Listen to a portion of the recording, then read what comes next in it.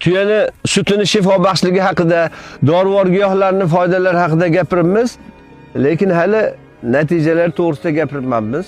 Bizda Sherzodbek 2 oydan beri tuyalarimizni shifobaxsh sutidan va giyohlarimizdan ichib davolanyaptilar. Assalomu alaykum. Assalomu alaykum. Sherzodbek, xush kelibsiz. O'zingiz to'g'ringizda gapirib bersangiz. Mening ismim Sherzodjon.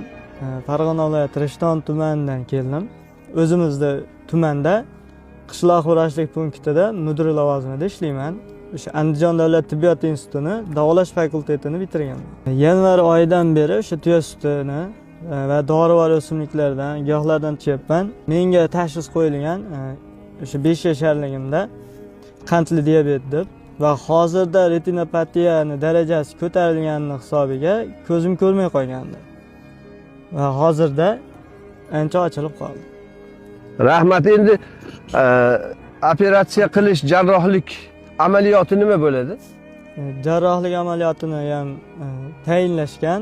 Hozirda ko'zim ochilishni boshladi. Yana biror oy o'sha shu sutidan va dorivor giyohlardan foydalanib turaman. Iloji bo'lsa operatsiya qildirmaslik niyati bor. Alloh shifo bersin. Qadamlaringizga hasanot.